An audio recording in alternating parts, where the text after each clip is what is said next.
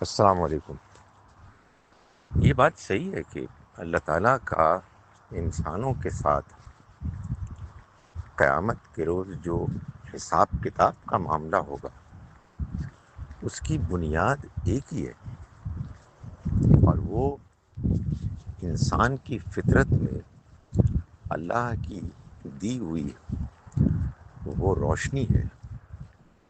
وہ کلیرٹی ہے کہ جو تمام انسانوں میں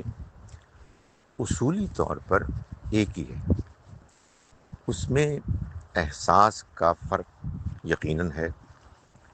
حالات سے کچھ چیزیں دھندلی ہو جاتی ہیں، کچھ نمایاں رہتی ہیں، یہ سب اپنی جگہ پر ہے۔ یہی وجہ ہے کہ اللہ تعالیٰ یہ فرماتے ہیں کہ اللہ لوگوں کو جواب دہ ٹھہرائیں گے ان کی اپنی وسعت کے مطابق، کیپیسٹی کے، حالات کے، ان کی اپنی شخصیت کے لحاظ سے، مگر وہ اصولی باتیں 10 ہیں جو قرآن مجید میں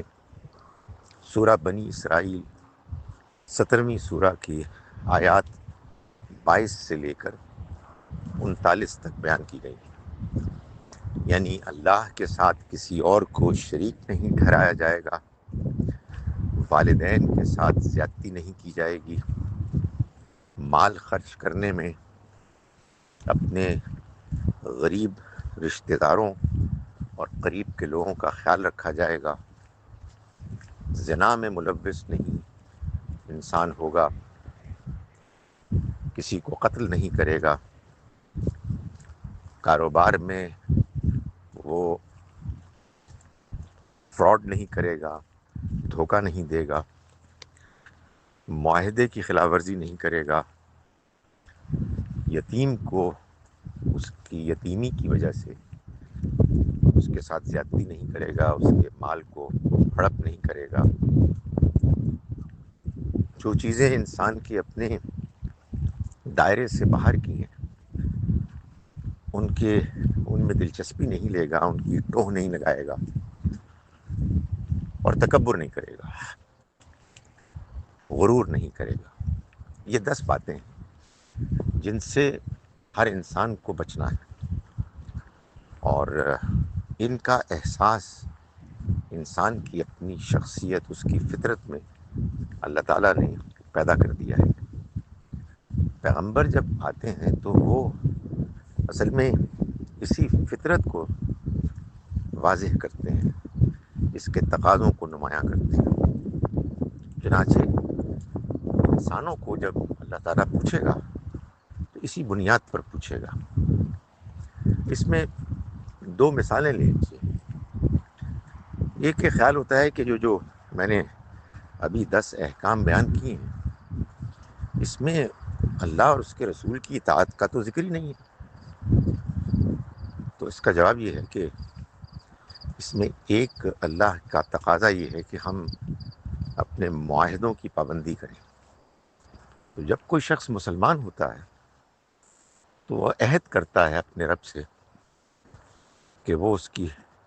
بات اس کے پیغمبر کے ذریعے سے جو اس تک پہنچی ہے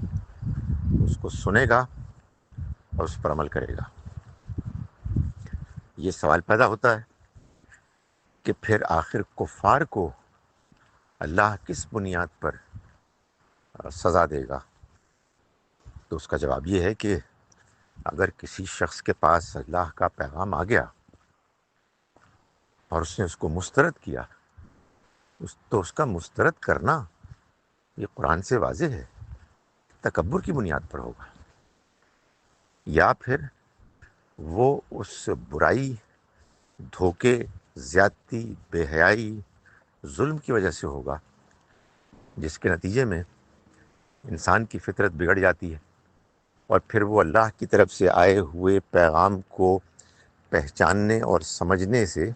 محروم ہو جاتا ہے۔ اس کے اندر وہ صلاحیت باقی نہیں رہتی کہ جو اس کو صحیح بات سمجھائے اور اس پر واضح کرے۔ گویا کہ جو بات اصل میں معلوم ہوتی ہے وہ یہ ہے کہ اللہ نے یہ بات طے کر لی ہے کہ وہ اپنے بندوں کے بارے میں فیصلہ کرے گا ان کی فطرت ہی کی روشنی میں، اور وہ واضح کر دے گا کہ فطرت کے کس تقاضے کی خلاف ورزی انسان نے اتنی زیادہ کی کہ جس کے بعد اب وہ اللہ کے ہاں مجرم قرار پا رہا ہے۔